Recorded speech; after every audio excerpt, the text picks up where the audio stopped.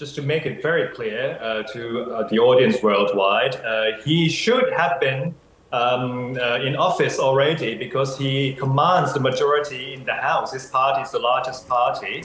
And the other parties who joined hands with him were supporting him to become the prime minister. The real issue is in Thailand, we are still suffering from the post-traumatic disorder from the latest military coup back in 2014.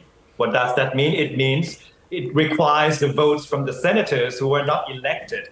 So basically, we are looking at a very sham situation, a political charade, in which the representatives of the people, elected by the Thai people, cannot get into office.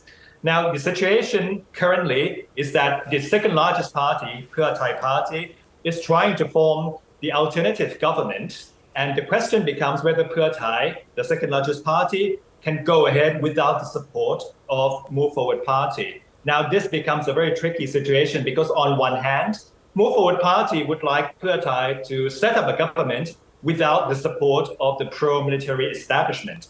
At the same time, Pheu Thai would like to gain support from the unelected senators, and those senators would require you cannot rely on support from the Move Forward Party. So it's like putting Pheu Thai Party in a very, very difficult situation. Yeah, it's the devil's choice there. So do you think Pheu Thai is trying to take advantage of the predicament that Move Forward finds itself in, or is it really that they are the only party that are likely to put forward a prime minister that's going to be acceptable?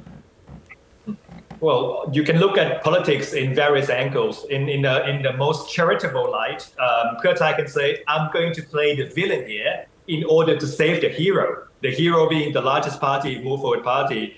Pheu Thai is playing the villain role by going in, joining hands with all the other bad guys and form the government so that they can proceed to amend the constitution in order to bring back Move Forward Party, get rid of these unelected senators. So that's the charitable point of view. The less charitable point of view is basically dealing with one person, Mr. Thaksin Shinawatra, who's been postponing his return to Thailand as well.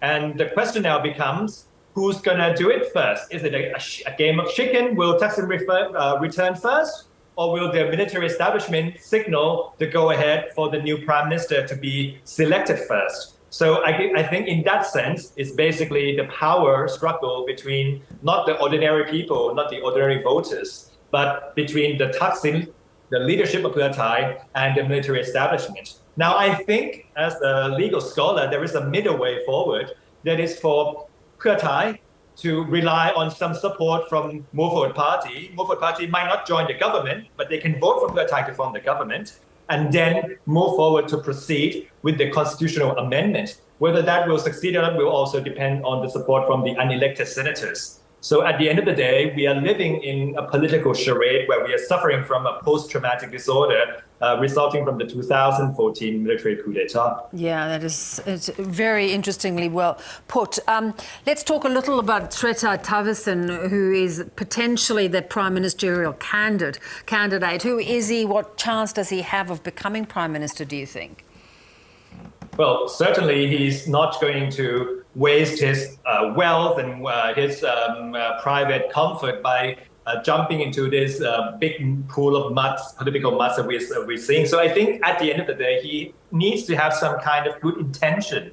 And he's shown that through his success in business. He's shown that through his business acumen. But at the same time, the policies that Pheu Thai is promoting might not be favorable to all the elitist capitalists in Bangkok. There are certain groups of businesses which have formed alliance with the military establishment over the past 10, 20 years. And they might fear that with Mr. Srettha coming in, we might have a wind of change. And just today, hours ago in Bangkok, another social critique, Mr. Shuvit Kamolvisit, who is himself quite a millionaire himself, came out and showcased the tax schemes used by Mr. Srettha. So that is still one trickery that might play out in the next few weeks, whether that will stop Mr. Srettha from becoming the prime minister. Yeah, so interesting.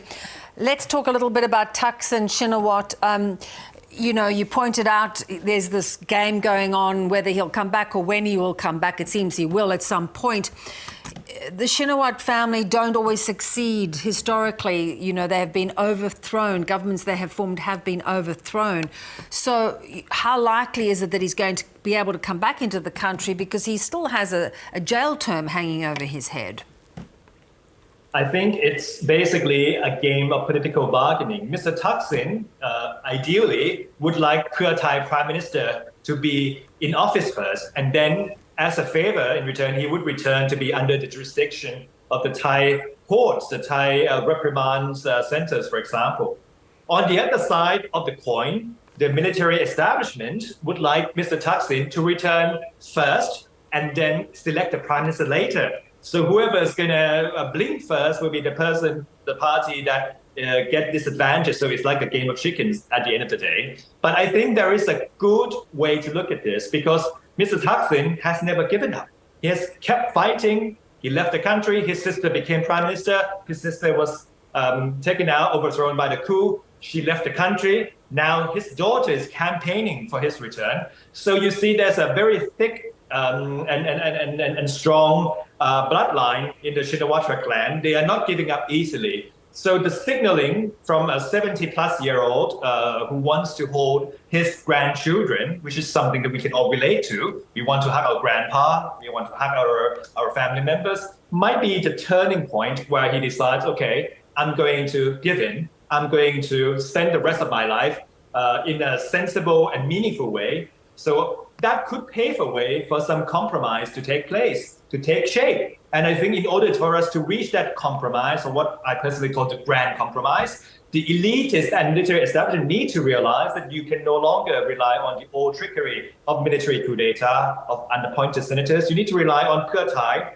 and Move Forward Party and let them fight. Let the two largest parties fight in the parliament. And that way we'll bring back the balance to the system. Yeah. I think many Thai people would hope that that might happen, because there'd be very disenfranchised voters who are watching this play out. Really great to get your analysis. Thanks so much. Thank you.